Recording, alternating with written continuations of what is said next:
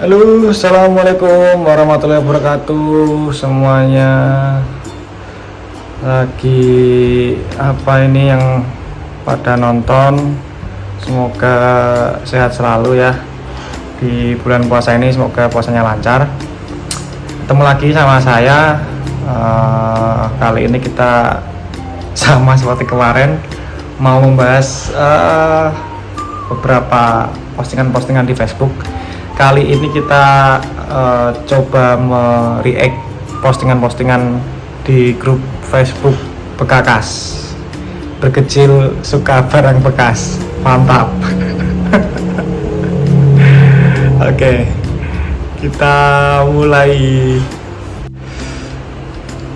No kisruh, no jualan, no pornografi, siap.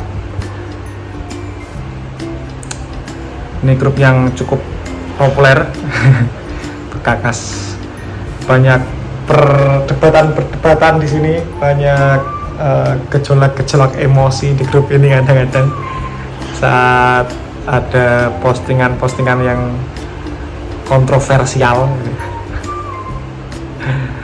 Oke, kita mulai postingan pertama dari Zibajri. Oke. Mbah, kenapa di versi Suzuki? Macam ini Suzuki mungkin ya. Banyak yang gulung tikar ya, Mbah. Padahal motornya kuat dan tahan banting dibanding produk sebelah. Oke. Cuk. Tentara rasa jeruk.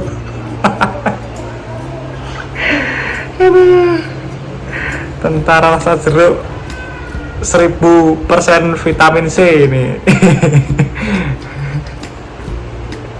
Oke, kita bahas.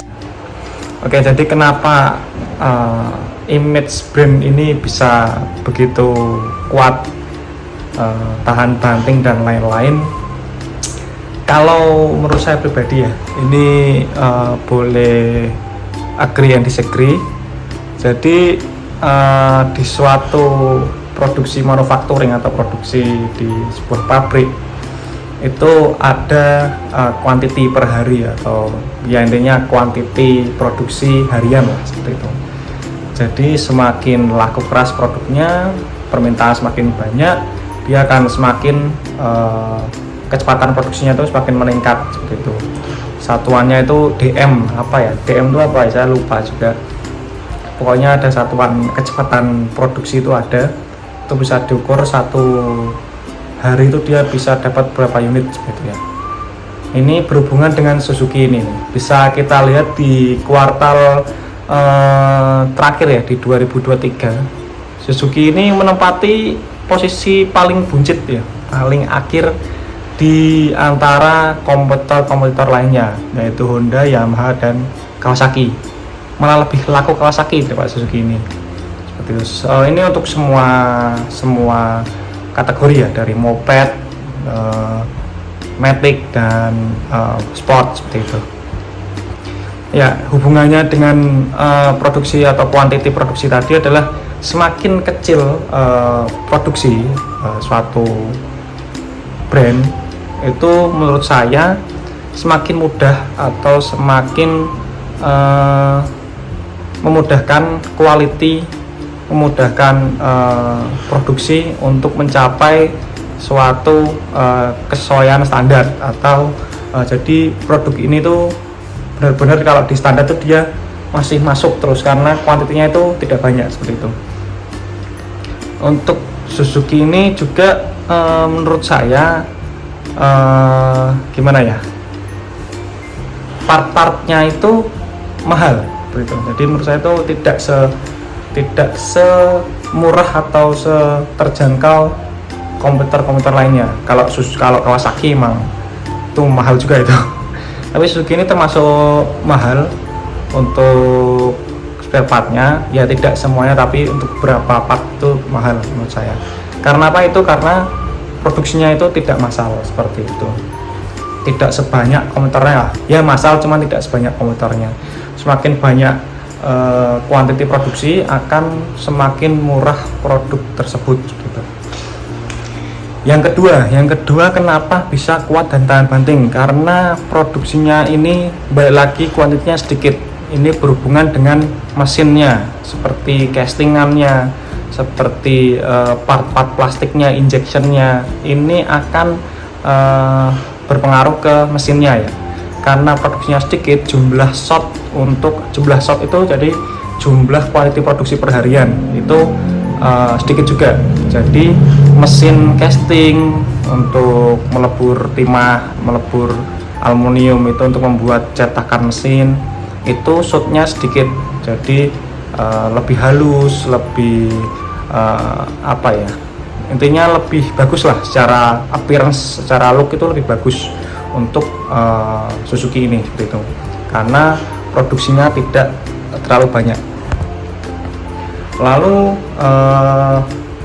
injection pun seperti itu, jadi part-part plastiknya juga seperti itu, karena shotnya sedikit dia jadi mesinnya ini masih fresh seperti itu. Jadi kayak kalau motor itu dia jarang dipakai, jadi masih oke. Beda dengan komputer lainnya, mungkin Honda, mungkin Yamaha atau Kawasaki. Mungkin kita ambil contoh Honda lah atau Yamaha yang produksinya bisa sehari itu ribuan atau ribuan. Itu umur pakai dari mesinnya, mesin shootnya casting, mesin shootnya injection itu akan semakin banyak seperti itu. Semakin banyak, semakin capek seperti itu. Jadi membutuhkan maintenance yang juga begitu ketat ya, untuk tetap menjaga standar dari part yang dihasilkan seperti itu. Jadi balik lagi dia ke kuat dan tahan banting ini menurut saya juga berpengaruh ke situ, karena produksinya dia tidak terlalu banyak gitu. Kalau dibilang Suzuki tidak gampang rusak dan lain-lain, saya jarang menemui Suzuki rusak gitu, karena juga itu kuantitinya sedikit, kuantiti produksi yang sedikit.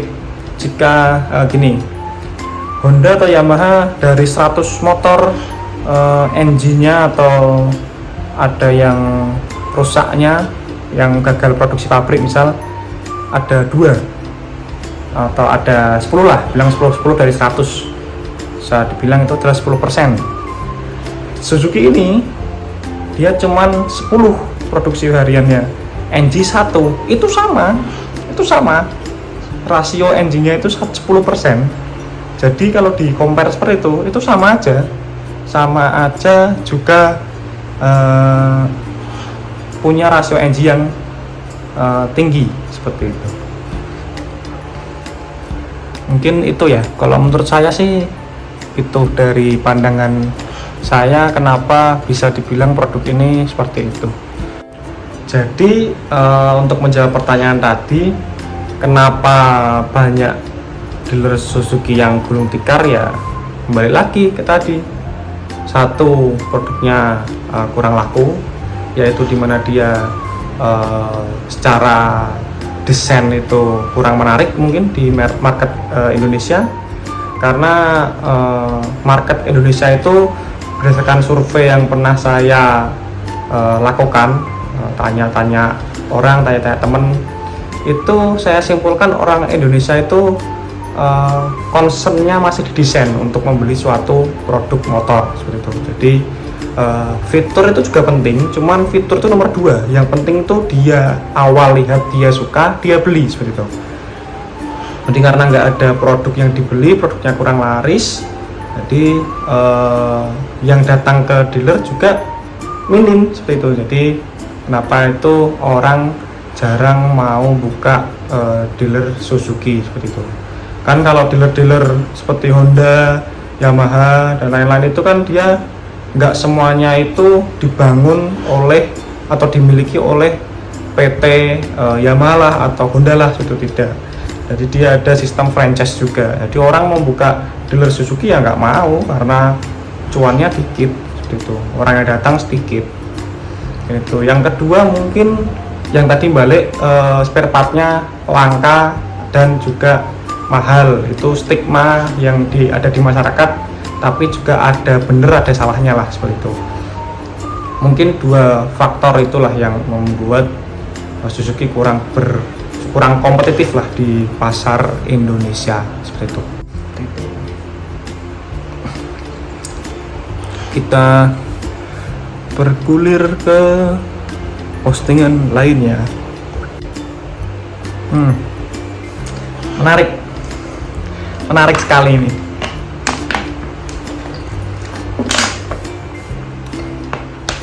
Testimoninya Mbah yang udah pakai oli mobil gimana? Oke. Di dunia permotoran, perolian, perlendiran ini sangat hangat dibicarakan pakai oli mobil atau oli diesel di kendaraan bermotor atau di sepeda motor seperti itu.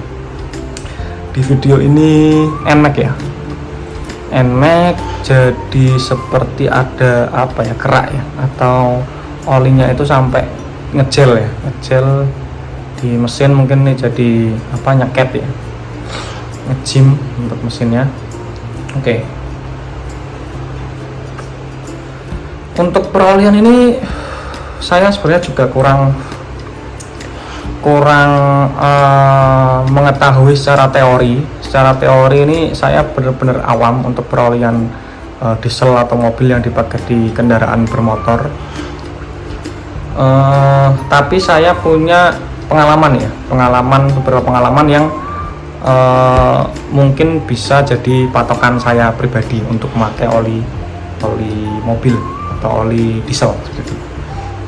Jadi secara teori itu untuk oli itu ada standarnya seperti JASO, API SN, lalu ada PAO dan lain-lain. Itu orang-orang pinter lah yang paham itulah. Saya kurang paham itu artinya apa dan kegunaannya, fungsinya untuk apa, saya kurang paham. Tapi di oli motor misal dia punya 3 sertifikasi, di oli mobil dia punya 5 sertifikasi. Di oli mobil atau oli diesel ini ketiga sertifikasi motor ini masuk untuk di sertifikasi mobil ini. Jadi kalau logika bodoh saya berkata, kalau 3 ini ada di motor dan ini masuk di oli mobil, kelima sertifikasi ini ada 3 yang punya motor juga, maksudnya bisa dipakai lah ya di motor, itu menurut saya bisa dipakai gitu. Dulu saya sempat gabung di grup, coba aja cari di Facebook, Long Drain Interval Community, hanya LDIC. Itu banyak tuh membahas oli-oli sesat, yang katanya sesat itu oli-oli diesel, oli mobil yang dipakai di motor seperti itu ada penjelasan secara teknikal dan teorinya itu ada. Dan saya pun sudah membuktikan, saya di Fiction dulu dari 2015 sampai saya jual di 2017 lah. Itu pakai oli Pertamina Fastron Diesel dan Pertamina Fastron Tekno. Itu adalah oli mobil ya, oli diesel. Saya pakai itu, dan saat saya belah mesin, saya bongkar mesin karena ganti ring piston, itu mesin benar-benar bersih, benar-benar kayak baru gitu loh. Dari situ saya berpikiran, wah ini oli bagus nih, berarti dari dulu saya pakai bagus. Dan perasaan saya pun memakai oli itu enak gitu loh. Jadi olinya di mesin enteng, lalu mesinnya tambah panas, dia tambah enteng, tarikannya tambah enteng. Saya merasakannya seperti itu, getaran minim seperti itu. Lalu berlanjut sampai saya pakai NMAX 2018. Saya pakai itu dari 2018 sampai sekarang, berarti berapa? 2024 saya sempat berganti dari Fastron Tekno, lalu sekarang rutin pakai Shell Rimula R4. Shell Rimula R4 ini mantap menurut saya. Saya drain di 2000, saya coba pakai, lalu 2000 km saya ganti.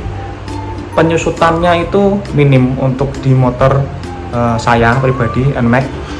Yang dulu itu pernah kena ring sehernya, pernah kena, jadi agak ngebul gitu. Menurut saya penyusutannya sedikit, sekitar 100 mili. 100 mili itu per 2000 kilo itu oke menurut saya, dan rasanya itu enteng di motor tuh enteng, mesinnya halus, getaran minim tuh, R4 sel itu oke. Jadi kalau ini di video ini sampai seperti ini sih saya kurang paham, ini mungkin telat ganti bisa, atau salah oli, jadi olinya ini palsu bisa, ketiga dia tidak cocok aja ya, tidak cocok dengan motornya gitu. Jadi kalau saya boleh kasih saran sih, antara dua itu, Pertamina Fastron Tekno, dan yang kedua sel Rimula R4, itu yang pernah saya pakai, itu enak. Oke, mungkin itu aja dari saya di video kali ini. Satu, tadi ada penjelasan terkait dengan apa tadi yang pertama, Suzuki. Yang kedua ada penjelasan terkait dengan oli. Ini yang kedua sih sebenarnya bukan penjelasan ya, ini saya juga berdasarkan praktek saya di motor saya, dan juga feeling aja, saya pakai dari 2015 berarti di motor saya itu tidak pernah ada yang namanya trouble gitu. Mungkin kalau teman-teman ada pendapat bisa ditulis di kolom komentar, bisa di sharing untuk pengalamannya juga, mungkin bisa menjadi masukan buat saya juga. Itu aja malam ini, sampai jumpa, jangan lupa subscribe, dan see you.